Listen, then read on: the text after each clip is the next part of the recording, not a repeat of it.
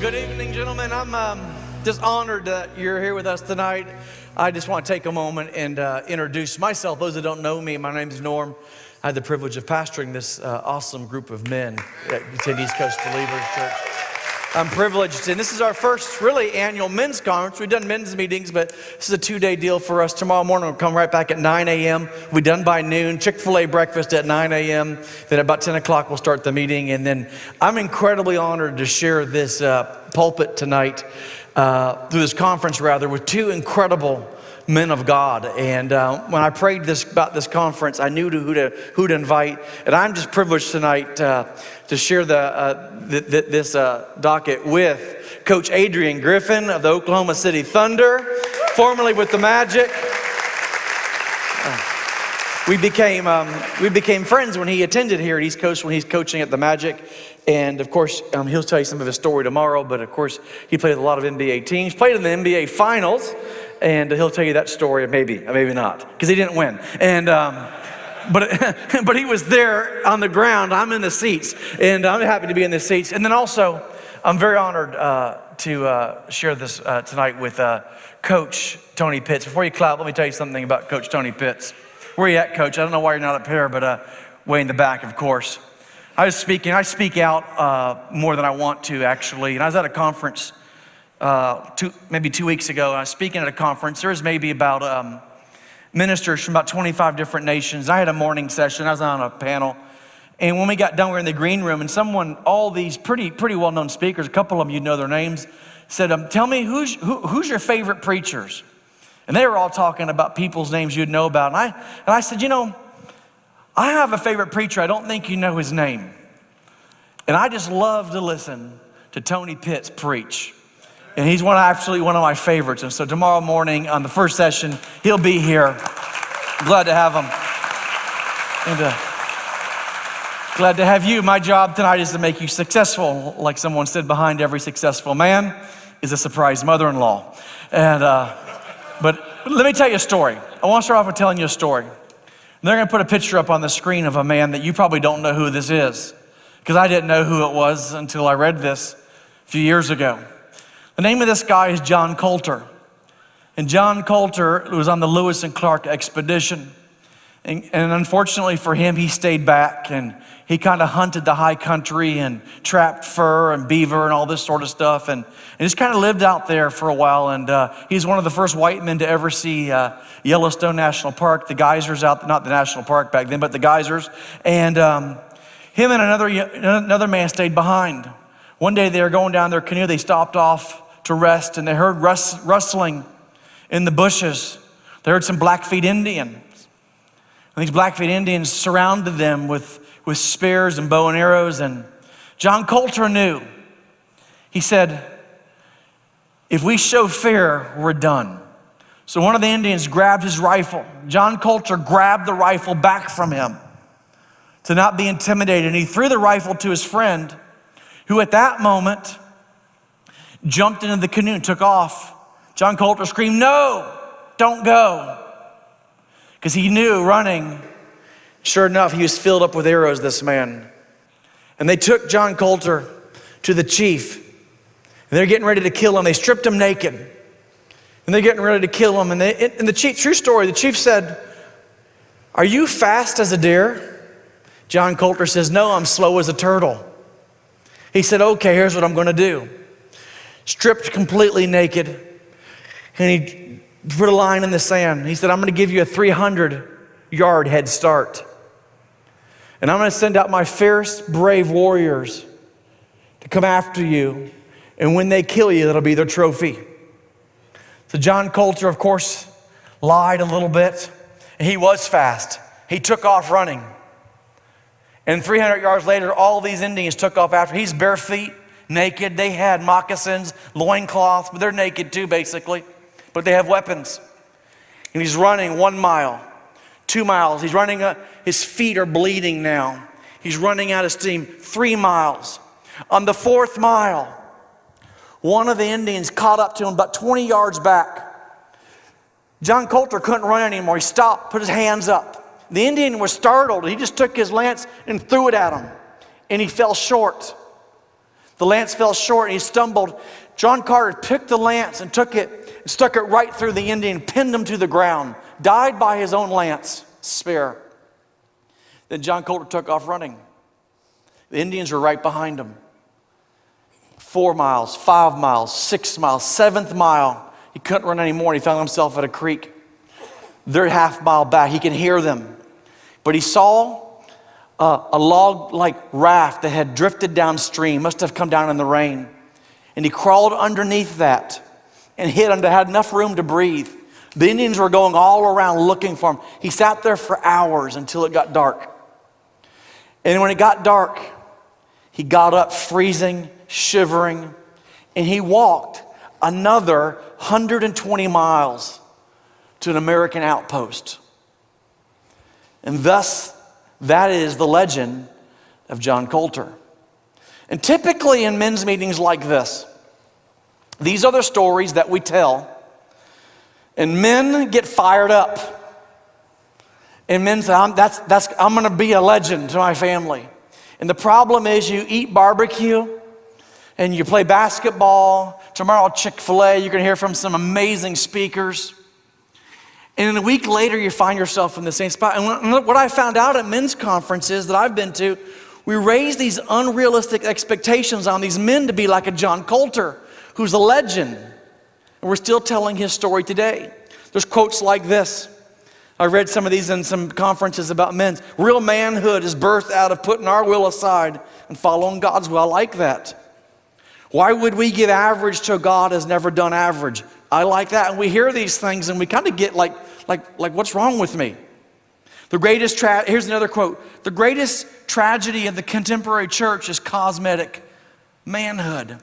And I think what happens is we come to a church, a service like this, a men's conference. Those that have never come to a conference like this is all new, and you get all fired up.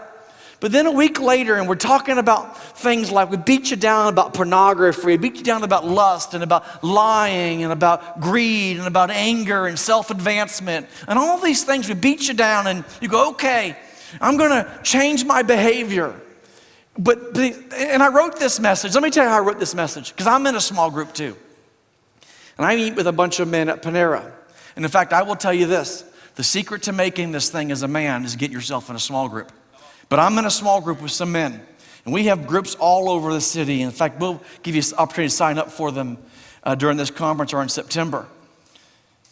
And I wrote this because I sat with these men and I hear stories and I tell them my stories. And a lot of us, we want to do right. I think one of the most unrelenting emotional, mental places to be in is a man who wants to do right but isn't doing right. The man who wants to get it right but struggles, like they really mean it when they pray to God for the 100th time to forgive them. Every fiber of their being means it, but they're right back there again. And so I don't want to talk about lying, pride, anger, self-advancement, priorities, pornography, lust, all those issues. I don't even want to go there. I'm sure our speakers tomorrow are going to handle all of that. Tony will take care of all that. But I don't want to deal with the issues. I want to deal with, in just 20 minutes, if you'll give me this, 23 minutes, maybe 4. If you will give me this, I want to talk to you about how to get your heart right. Instead of dealing with the fruit, deal with the root. And I want to take you to, and this is sort of the thought I had, because when we become born again, if you've ever been to a church like ours and you raised your hand to give your heart to Christ, something happened when you did that. You began a relationship with him. And then really what you've done is you said, Jesus, I give you lordship of my life. And I want to minister on the lordship of Jesus in a God-centered life. Because it's difficult to do this when he's not your Lord. And somewhere along the way, I don't know how it happens, when I gave my heart to Christ, I made him the Lord of my life. I began a relationship with him, a process of discipleship. And then I wanted him to be my Lord. And somewhere along the way, the cares of this world, the deceitfulness of riches, relationship challenges, struggles, birds of the air, all the things start coming. And all of a sudden, like you're still going to heaven, but he's lost lordship, that role of Lord in your life.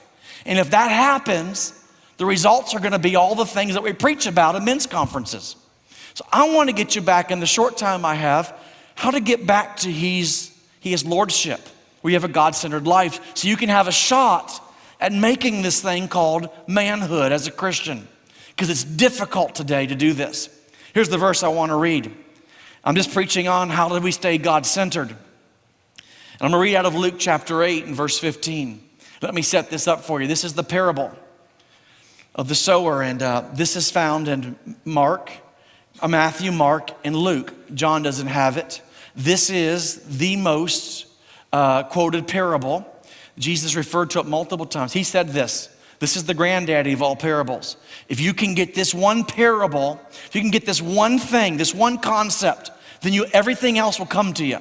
And so if you can get this one area, he said all the other things I'm teaching about will make sense. But if you don't get this one area, everywhere else is going to struggle. Luke chapter 8 and verse 15, he said, but the one that fell on good ground are those who haven't heard the word with a noble and good heart. We're going to talk about that, a good heart. Keep it and bear fruit with patience. I think we're all after bearing fruit, but we struggle. And here's the reason why. Put it up. We don't have good ground. To have good ground, we have to have a good heart. See, if we get this, then we won't have to deal with the porn issues. We won't have to deal with the addiction issues, the anger issues, the pride. If we can get this, it'll all work out. And the question people ask is, how do I get a good heart? And if you do this, you're good ground. And if you're good ground, the Bible says you're going to produce good fruit. If you're not producing good fruit, you're still going to heaven. God still loves you. In fact, here's what I want to tell men. I want to tell you this. I have 5 kids. And all my kids have issues in their life at times. We don't have a perfect family. The only one perfect in my family, because she's watching right now, is Dina. But there's no one perfect in our family. And let me tell you, as a father, when my kids struggle, I don't shy away from them, I pursue them. When my kids are hurting, and when my kids are going through relational issues, and my kids are sick or challenged or even back-talking, when my kids get grouchy and back-talky and sort of in a bad frame of mind for a week, I don't back away from them, I pursue them, like what's going on in your life. You know that's the same way it is with your God. When you're struggling, He's not running from you, He's pursuing you. So here's the story, Matthew chapter 13. I want to get into this real quick, and I don't want to spend a lot of time because I know that's not why you're here, but I want to get into this. Matthew chapter 13, let's start reading here in verse 10. They'll put it up on the screen. His disciples came and asked Him, why do you use, this is the same parable in a different place. Why do you use parables when you talk to the people? Because they don't understand. He replied to them, you are permitted to understand the secrets of the kingdom of heaven, but others are not. Like, here's what you need to know, guys. Not everyone who reads the Bible is going to understand it. He said, but I'm going to let you guys understand it. To those who are listening to my teaching, more understanding will be given, and they will have an abundance of knowledge. But those who are not listening, even what little understanding they have will be taken away from them. This is why I use parables. For they look, but they really don't see. They hear, but they really don't listen or understand. This fulfills the prophecy of Isaiah that says, when you hear what I say, you will not understand. When you see what I do, you will not comprehend. Like, that's a horrible place to be in. But here's the reason why. Verse 15 says, for the hearts of these people are hardened. Like they've got a heart problem. And their ears can't hear, and their eye and they have closed their eyes, so their eyes cannot see, and their ears cannot hear, and their hearts cannot understand. They cannot turn to me and let me. We could put heal them, help them, restore them. They won't let me, and the issue is not that God doesn't want to, but the issue is like it's a heart issue. Why do some people bear more fruit? Like, why do some people like read this Bible and it comes alive to them, and other of us read it and we're like, man, it's like, it doesn't even make sense to me. I don't even want to read it. Why do some people like get this Christian walk and it's easy for them, but for a lot of us, the same struggles we had 20 years ago, we're still having now. Jesus answered it and said, it's a heart issue. It's a heart problem. And here's the question. What is the condition of your heart? 16 minutes, I'm gonna finish this and I'm gonna get it to you. What's the condition of your heart? I wanna give you an opportunity to get a God-centered heart, a God-centered life, so you can get these issues dealt with. I like this promise in Ezekiel. This is one of those prophetic verses from the Old Testament. God promised this in Ezekiel 36 and verse 26. He said, I'm gonna give you a new heart, and I'm gonna put a new spirit in you. And I'm gonna take out your stony, stubborn heart, and I'm gonna give you a tender, responsive heart. 3 areas of our heart that we've got to get with if you want to be good ground. I just wrote them down. Here they are. Number 1 is you got to get a humble or soft heart. And the thing is we all get one of these when we give our hearts to Christ. But then the world comes in, and bills and marriage and school and pressure and the ideas of the world and the deceitfulness of riches and the cares of it all comes in, and your heart turns hard. And if you have a hard heart, you have hard ground. And here's the deal. When you get a hard heart, nothing produces for you. And so we have to have a humble heart. I like this. Quote by John Ruskin said this: when a man is wrapped up in himself, he makes a pretty small package. And we get like that. Winston Churchill, one of the famous leaders, World War II, he got in an argument with one of his staff one day, and he's arguing with him, and they're going back and forth, and the staff member says, well, I'm sorry. Winston Churchill goes, well, I'm sorry too, but I'm a great man. Winston Churchill has some issues. We have to have a humble heart. Isaiah 57, here's the verse that I'm just gonna share from the rest of the night. He said, the high and lofty one who lives in eternity, the Holy One, this is what he says: I live in the holy place with those whose spirits are contrite and humble. But I restore the crushed spirit of the humble, and revive the courage of those with repentant hearts. What God is saying here is, I dwell in a high place with a person who has a low heart. This is called humble. In the Greek, the word humble means to get low, God, I need you. The way up in the kingdom is to go down. Psalms 10 says it like this: Lord, you have heard the desire of the humble. You will prepare their heart. You will cause your ear to hear. God says, God's all about humble people. I don't know what it is, maybe all men, but I grew up with 6 boys and 1 girl, and you had to fight. In my house, you had to fight for your rights because you weren't given any rights. And you had to fight for your rights. And I don't know, through all this, I had to fight, and I got a sort of a sense of self-accomplishment by winning. And somewhere along the way, I picked up pride. And I'd masked it pretty good, but I picked up it mattered to me what people thought about me. And I remember when I first started in ministry, and I was preaching up in Canada, and I was at a church in Toronto, and the pastor said to me, he says, Norm, I want to take you and buy you a new suit. So that was really nice of him. So I'm thinking we're gonna go to Dillard's or Men's Warehouse. He takes me to a tailor, where they make handmade suits. He says, I want you to pick out any suit here, handmade suit. Now, listen, this suit was well over several thousands of dollars. Well, it could have been several millions of dollars. That's a lot of money to me now. Back then, it was millions of dollars to me. So I got this handmade suit. And he says, you know what? Why don't you pick out a handmade shirt too? He said, why don't you pick out yourself a tie? So this is what I did. I literally, back before we had text, I got on the phone and called Dina. I said, Dina, she's staying at the hotel with a friend. And I said, I don't know if I should, I don't know if he's buying the tie too or not. Because if I say yes and I have to pay for that tie, I don't know if we have enough money. That's where we're at. And he said, hey, get yourself some shoes while you're at it. I'm on the fence with this. What do I do?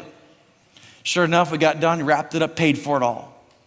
And I had this suit, handmade suit. My name was on the inside of it. And I wore that suit like I owned it, like I was supposed to. And somewhere along the way, when I wore that suit, I always thought people thought I'd preach better. People looked at me different. And I remember I was doing a wedding and I pulled that suit out. And I did this wedding and I could just tell, like I was at the reception, I mean, people were looking at me. And I thought, man, this suit really does what it's supposed to do. And I'm walking around and the father of the bride walks up to me and says, hey, preacher, your zipper's down. And I look, and it wasn't just down, it was wide open. Well, let me just say this. God doesn't dwell with that person. And we have to have they couldn't, what Jesus said about the Pharisees, they couldn't understand the mysteries because they thought they knew everything there was to know. And I'll say this, I love our staff. We've got some of the best staff members here. I'm so grateful for them. But I don't work with prideful people. I'm not going to pay someone who knows everything already. And God's the same thing. Here's the next part. The second thing is this. He said, I want you to have a humble heart. We're talking about getting good ground. Number 2, he said, I want you to have a holy heart. Isaiah 57 and verse 15 says this, the high and lofty one who lives in eternity, the Holy One says this. I think we all know this, like God is holy. Okay, we get it. We're supposed to be holy, but like we struggle with this. But I don't think we really understand what holy means. We think holy means to be sinless and perfect. When holy doesn't really mean that in the Bible. The word holy in the Bible means set apart. It really means like if you take this and they're together and you separate them, and holy means you move it in proximity to another place. Like it's set apart from what it was. And because if holy means you have to be perfect and sinless, we're all in trouble. But holy means set apart. 1 Peter 1 says it like this, but now you must be holy in everything you do, just as God who chose you is holy. For the scripture says, you must be holy because I am holy. You get the idea every time you crack open the Bible that God wants you to change a little bit? Like that's where I'm at sometimes. I'm like, I read my Bible and I'm like, God, really? Every day you want me to change. You want me to change something about my life? Here it is. This is what holy means. Does it mean perfect? Does it mean sinless? If you want good ground and if you don't care about being good ground, like you don't even want to listen to this. If you just want a hard heart and like struggle with these issues, I get it, man. I've been there before in my life. But if you want good ground, you're tired of like dealing with the fruit, like you want to go to the root. Here's what he's saying. I want you to think different than the world. I want you to be different from the world that you live in. I knew when I was writing this, I thought to myself, because when I write, I always think about people who will be there. I thought it's going to be really quiet. Leviticus 20 says it like this. He says, you must be holy because I, the Lord, am holy. Here it is. He said, like, this is what I want. I'm going to set you apart from all other people to be my very own. Like he said, this is what I want from you. I want you to like set yourself apart from the world. And this will be a struggle for a lot of people. But if you want to be good ground, this is what you have to have a humble heart, but you have to have a holy heart. If you want to be hard ground, like keep living, it's okay. But you're just going to struggle with these things. I love this story, Matthew 15. Jesus talks about this. He said, then some Pharisees and teachers of the law came to Jesus from Jerusalem, and they asked him, he said, why do your disciples break the tradition of the elders? They don't like wash their hands before they eat, which always cracks me. I always find that funny because like these are fishermen. More than half of them are fishermen. I go fishing with like Matthew and these guys, and like this is what they do. Like they're fishing, they're catching fish, they're touching bait, they're eating sandwiches in between. They're not washing their hands in between. It's not like getting the Purell out or anything and cleaning their. They just so these Pharisees are like, what's your disciples' problem? And I like what Jesus responded to them. He says, you hypocrites, in verse 7. He says, you hypocrites. Isaiah was right when he prophesied about you. These people honor me with their lips, but their hearts are far from me. A little bit later on in the story, Jesus says, the disciples come to him and says, hey, Jesus, do you know that the Pharisees were offended when you said this? But this is the story that we're reading here. That like, hey, Jesus, really? He's like, I don't care. Like, I don't care what they think. Like, I'm going to say what I want to say. And Jesus was not PC. If you read the Bible, Gospels, he was not into pleasing people. He was into helping people. So this is what's going on. I think that's funny to me. But that sets up where I want to get to. Peter said in verse 15, he said, explain this to us. Like, explain to us what just happened in this parable. And Jesus said, are you so dull? Verse 20, next verse, don't you see that whatever enters the mouth goes into the stomach, then comes out of the body? Here it is. Next verse, from out of the heart comes evil thoughts. From out of the heart comes evil thoughts, murder, adultery, sexual immorality, theft, false testimony, slander. These are the things we preach about right here. And we deal with all that, and people why do I keep going back to it? These are what defile a person, but eating with unwashed hands does not defile them. He said, like, you guys got it all wrong. What's in you is what's hurting you, not what's happening on the outside. We're dealing with what goes on the outside. Jesus said, I want to deal with what goes on the inside. He's talking about your actions versus your heart. We've done a good job preaching about actions, but not enough about the heart. Like he's saying to you guys, set yourselves apart. What is in your heart? This is what I'm talking about. Here it is. If you don't get anything else, get this. Thoughts that you dwell on become thoughts of the heart. That's where we struggle. Thoughts that we dwell on, bitterness, anger, self-advancement, lust, like they come, but they have to be pushed out. And if they're not pushed out, they become thoughts of the heart. And Jesus said, what become thoughts of the heart really show up in your life. That's what you're struggling with. I think we've been attacking this the wrong way at men's conferences. We've been talking about the issues and not talking about what's causing the issues. Because thoughts that you dwell on become thoughts of the heart. Here's my last heart part. I'm done right here. The third part is a heavenly heart. This is what Isaiah said in Isaiah 57. He said this, the high and lofty one who lives in eternity. Like the third heart has to be a heavenly heart. What does that mean? It means that this world is not our home. Like you have to know that. You've all heard probably, if you've been to churches, you've heard this story, true story.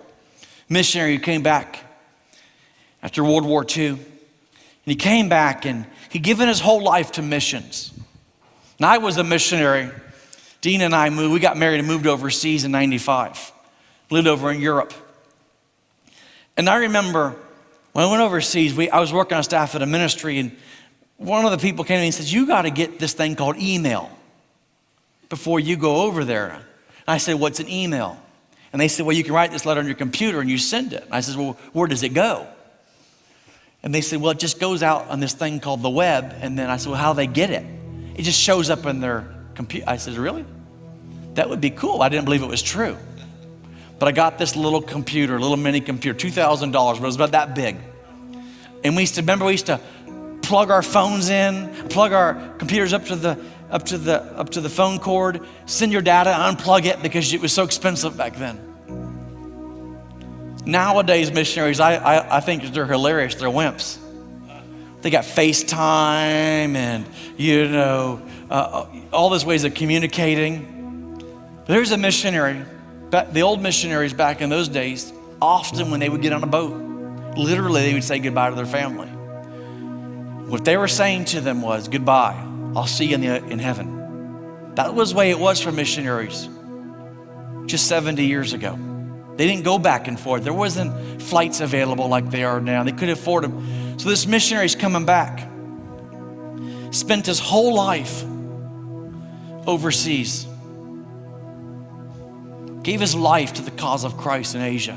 Lost one of his children during this time. Died, didn't have the right proper medical care. He comes home and just discouraged and struggling, and no one really kept up with him. None of this stuff today like Facebook and all this stuff, Instagram, to do all this email blast and all this sort of thing. Nobody wrote them letters. Poor, came back defeated, barely accomplished anything as a missionary. Just discouraged. And he's sitting on the boat. He's coming to New York Harbor. And he hears a band. And he hears cheers. And he had this thought. He goes, could it be? Could it be that somebody noticed what I did? Would they be having a band here to greet me? Balloons. Except back then they traveled on merchant ships with all kinds of people and soldiers. And the band was there. It was a military band for the soldiers that were on the same ship. It wasn't for him. He's alone, left on the ship. Lost one of his child. His life, of course, had died. He's all alone. He comes off the ship and he says to God, he says, God, I come home and no one even noticed. A lifetime on the mission field. To which he heard this whisper from God, son, you're not home yet.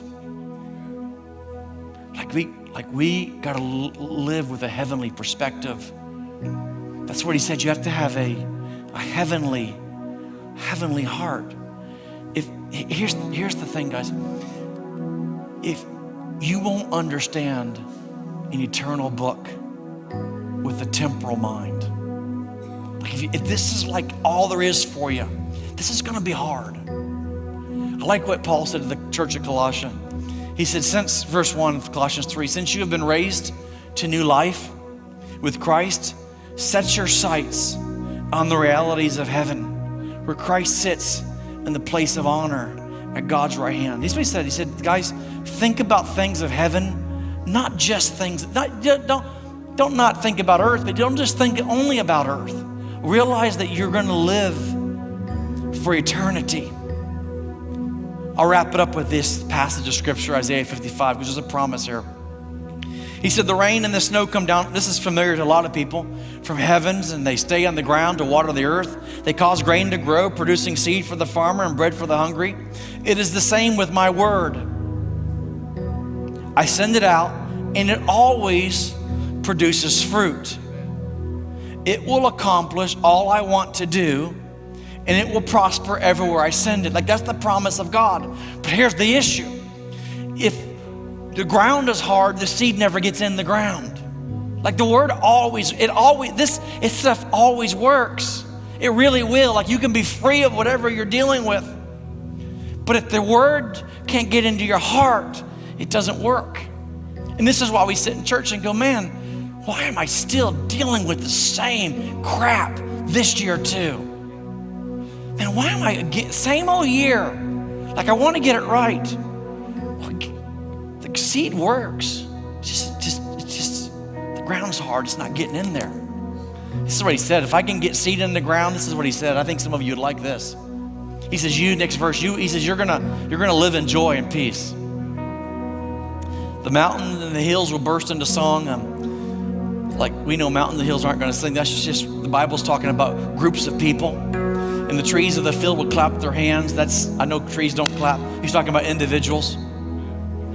He said, once where there were thorns, cypress trees will grow. Like, you ever seen a cypress tree?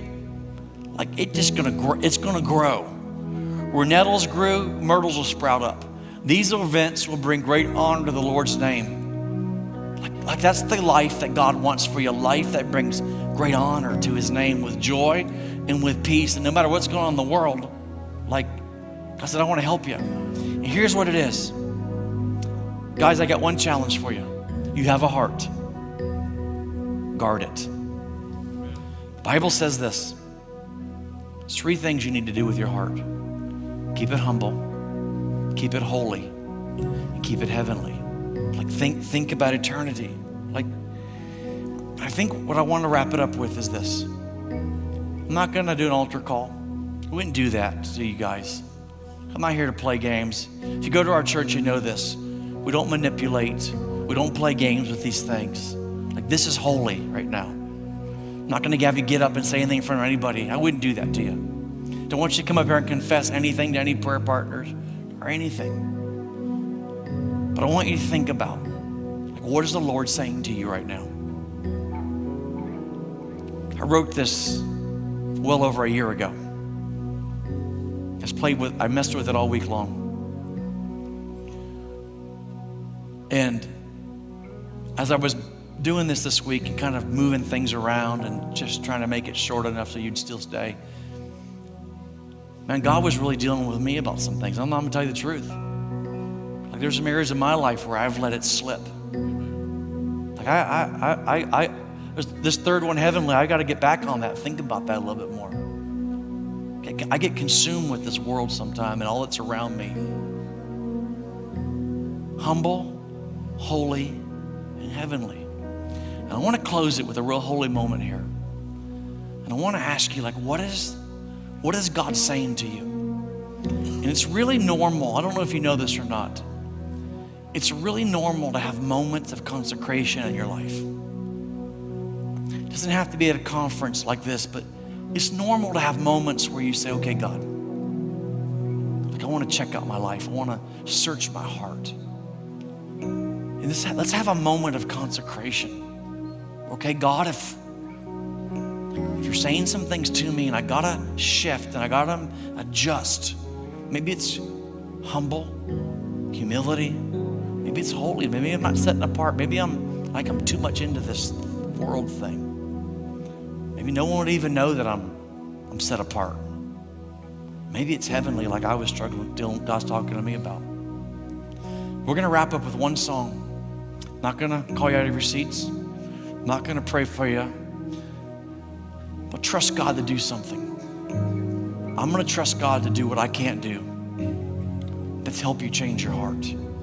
So instead of dealing with all the issues, you could deal with the root of it. Would you stand to your feet and we wrap it up right now?